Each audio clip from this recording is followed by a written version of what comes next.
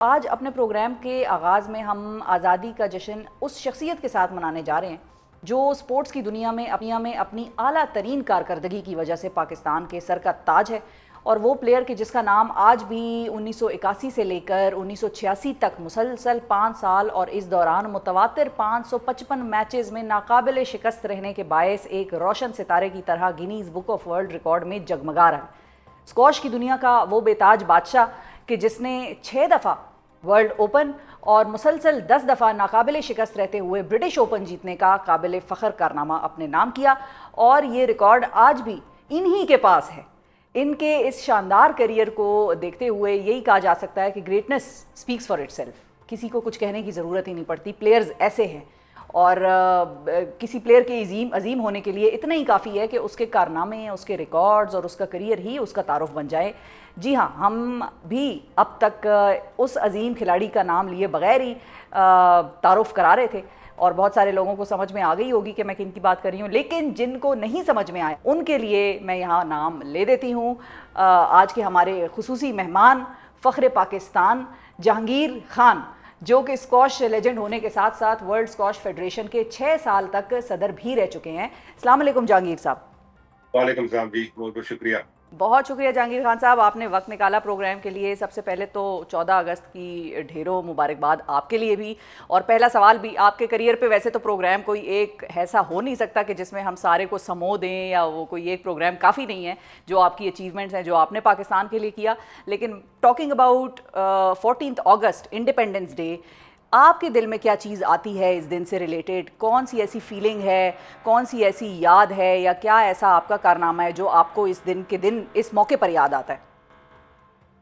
سب سے پہلے تو پوری قوم کو میری طرف سے جشن آزادی مبارک، اور آج اللہ کا شکر ہے کہ ہم چیمپئن میں داخل ہو چکے ہیں، اور میں یہ سمجھتا ہوں کہ یہ ایک بہت بڑی بلیسنگ ہے، ایک ہماری اپنی آئیڈینٹی ہے، ایک اپنی ہماری سرزمین ہے، اور اس پہ جتنا بھی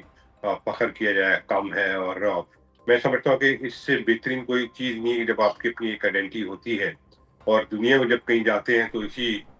اسی نام سے شناخت کیا جاتا ہے، اور میں اپنے آپ کو بھی اس میں بہت بڑا بلیسنگ سمجھتا ہوں کہ پاکستان کو ریپرزینٹ کرنے میں، اور اپنی جو طریقے سے کھیل کے ذریعے جو کچھ بھی کر سکا، وہ میری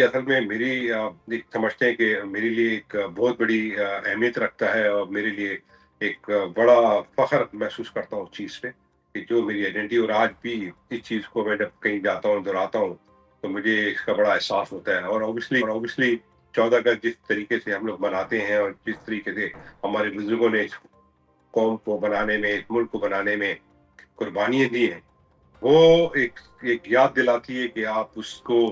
دوبارہ اس لیول پہ، بلکہ اس سے اوپر لے جانے کی کوششیں ہم سب کی ہوتی ہیں، اور ہم کو کرنی بھی چاہیے، کیونکہ یہ دھرتی ہے تو ہم سب ہیں۔ اچھا جہانگیر صاحب، ایک بڑی انٹرسٹنگ چیز جو آپ کے کریئر کے بارے میں بہت زیادہ لوگوں کو شاید پتہ نہ ہو، اور جو ینگر جنریشنز آئی ہیں جو اسکواش کے گیم سے ذرا دور ہیں، کیونکہ آپ لوگ ہی لیجنڈز تھے، اس کے بعد پھر وہ جو لیجنڈری کھلاڑی تھے وہ ہمیں بھی نہ مل پائے، یہ بڑے دکھ کے ساتھ میں یہ کہہ رہی ہوں، لیکن آپ کی سٹوری میں ایک بڑا زبردست ٹویسٹ ہے، اور وہ ٹویسٹ یہ ہے کہ آپ کے ہرنیا کے آپریشنز ہوئے، اور 5 سال کی عمر میں آپ کا پہلا ہوا، 12 سال کی عمر میں دوسرا ہوا، اور ڈاکٹرز نے آپ کو خصوصی طور پر پیرنٹس کو یہ کہہ کر منع کیا کہ یہ بچہ اسکواش کورٹس کے قریب نہ جائے، ورنہ اس کی بالکل صحت کے لیے ٹھیک نہیں ہوگا، اس کو مسائل ہوں گے، اور اس بچے نے پھر نام اسکواش کے کورٹس کے اندر ہی بنایا، پاکستان کا بھی اور اپنا بھی۔ جی بالکل، کچھ میرے ایسے مسائل تھے جب میں پیدا ہوا تھا، اس میں ہرنیے کا سب سے بڑا ایک تو تھا، پھر مجھے سننے بولنے کا بھی ایشو تھا، تو یہ کہہ سکتے ہیں کہ بالکل لائک ہینڈی کیپ بچہ پیدا ہوا تھا، مگر کہتے ہیں نا کہ جس کی چاہت ہوتی ہے، جس کی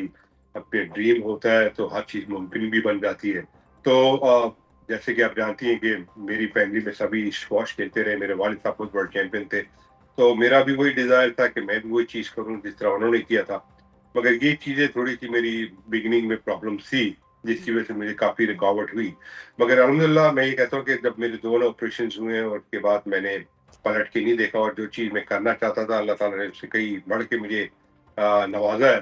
اور یہ میں سمجھتا ہوں کہ یہ ایک بڑی اچھی اگزامپل ہے، اور میں ہمیشہ بچوں کو یہ کہتا ہوں کہ دیکھیں کوئی بھی چیز اگر آپ کرنے پہ آئے نا تو آپ کے اندر ایک کمٹمنٹ ہونی چاہیے, آپ کے اندر وہ ڈریم اور ویژن ہونا چاہیے, پھر اس کا پیشن ہونا چاہیے. جب آپ اس دل لگی کے ساتھ وہ کام کرتے ہیں تو وہ ہر چیز آسان ہو جاتی ہے, جب مگر اسی کمٹمنٹ کو آپ پورا کریں. اور یہ آپ نے دیکھا ہوگا ہمارے پاس میں جتنے بھی چیمپئن گزرے ہیں یا ڈفرینٹ فیلڈ میں جو لوگ گزرے ہیں جنہوں نے بڑا نام کمایا ہے, اس کے جی پیچھے انتھک محنت ہے. اس میں کوئی ایسی شارٹ کٹ نہیں ہوتی, کوئی ایک بڑی راکٹ سائنس نہیں ہے. مگر یہ میں کہتا ہوں کہ جب آپ کی چیز کو, اس کی ریکوائرمنٹ کو پورا کریں گے تو وہ آپ کو مقام وہی ملے گا. اچھا خان صاحب یہ بتائیے کہ آپ کے والد صاحب روشن خان صاحب جو ہیں وہ بھی 1957 میں برٹش اوپن جیت چکے تھے, اور وہ آپ کے لیے کتنی بڑی انسپریشن تھے. انہوں نے آپ کے بچپن میں بیماری اور سرجری کے باوجود کتنی رہنمائی کی, کیونکہ آپ کے دور میں تو اس وقت وہ جو انڈیویجول گیم ہے یہ, اور اس میں وہ کوچنگ کا بھی عنصر جو تھا وہ اپنے طور پر خود ہی تھا. اس وقت لوگ ایکسٹرا کوچز شاید اس طرح سے ہائر بھی نہیں کرتے تھے, اور آپ کو تو گھر میں خیر وہ اکیڈمی ملی ہوئی تھی, لیکن آپ کے لیے آپ کے والد صاحب کے طور پر کتنی انسپریشن موجود رہی, کتنی گائیڈنس رہی, اور ڈانٹ ڈپٹ کتنی رہی؟ جی وہ بہت بڑی اہمیت رکھتا ہے, کیونکہ دیکھیں ایک تو سب سے بڑی بات ہے کہ جس فیملی میں پیدا ہوا تھا بھی وہاں پہ چیمپئنس ہی گزرے ہیں اور ٹاپ لیول کی بھی کھیلی ہے. تو جس میں ہاشم خان جو میرے چچا بھی تھے, پھر والد صاحب بھی تھے جنہوں نے 50s اینڈ 60s میں ڈومینیٹ کیا. تو میرے لیے تو یہ ایک چیز آسان تھی کہ جو چیز بھی پوچھنی ہوتی تھی یا جو چیز ان کی گائیڈنس ہوتی تھی اس کو ہم نے فالو کرنا ہوتا تھا. اور یہ میں یہ کہہ دوں کہ میری فیملی میں یہ نہیں کہ اگر کسی نے گائیڈنس دی اور کسی نے بتایا اور دوسرے نے کیا نہیں کیا وہ چیمپئن بنے گا, اٹس ناٹ لائک دیٹ. اس میں جب بھی کوئی اگر گائیڈنس ملتی ہے اس کو فالو کرنا ضروری ہوتا ہے, اس کی کمٹمنٹ کو پورا کرنا تو اسی محنت کے ساتھ. اور یہ بڑی میری خوش نصیبی تھی کہ میں ایسی جگہ پیدا ہوا جو میرے والد صاحب خود ایک ورلڈ چیمپئن تھے, اور یہ اسکواش کی ہسٹری میں ہے کہ باپ اور بیٹا جو ہے اس فیلڈ کے ورلڈ چیمپئن رہے. تو یہ ایک بلیسنگ تھی. اور جب میں چیمپئن بھی بن گیا, جو میرے ڈریم تھے اس سے بھی پورا کیا, مگر میں پھر بھی ان سے ان چیزوں کے بارے میں ہمیشہ پوچھتا رہتا. بالکل بالکل بالکل. یہ ہر شخص کو یہ پریولیج کہہ لیں یا ہر شخص کو یہ بلیسنگ حاصل نہیں ہوتی کہ گھر کے اندر ہی اپنے والد کی شکل میں اکیڈمی موجود ہو. اچھا چونکہ جہانگیر صاحب آپ کی فیملی کی بات ہو رہی ہے تو آپ کو ایک اور مطلب کم عمری میں ہی ہمیں کہنا پڑے گا کہ ایک صدمہ بھی لگا تھا, اور وہ یہ تھا کہ آپ کے بڑے بھائی توسم خان صاحب جو ہیں جن کو آپ کا پہلا کوچ بھی کہا جاتا ہے, صرف 27 سال کی عمر میں آسٹریلین اوپن کا ایک میچ کھیلتے ہوئے ہارٹ اٹیک کے باعث اچانک وفات پا گئے تھے, جبکہ اس وقت آپ کی عمر صرف 15 سال ہی تھی. تو یہ کتنا مشکل ایک لمحہ تھا آپ کے لیے, فیملی کے لیے. آپ تو خیر اس وقت 15 سال کے تھے تو ظاہر ہے آپ تو ایک ٹرانزیشن فیز میں تھے, آپ ایک طریقے سے اس گیم کی طرف آ رہے ہوں گے اور ان کو آپ دیکھتے ہوں گے. So how did you over come that challenge? نہیں بالکل, میرے لیے تو وہ ایک بڑی اس وقت بڑی ٹریجڈی بھی ہوئی تھی فیملی کے اندر, اور یہ میری ان کے ساتھ جو اصل میں ایک بڑی اچھی اٹیچمنٹ تھی, ایز اے بردر بھی کہہ لیں, ایز اے مینٹور بھی کہہ لیں, ایز اے استاد بھی کہہ لیں, جس کے ساتھ میں ہر چیز شیئر کرتا تھا.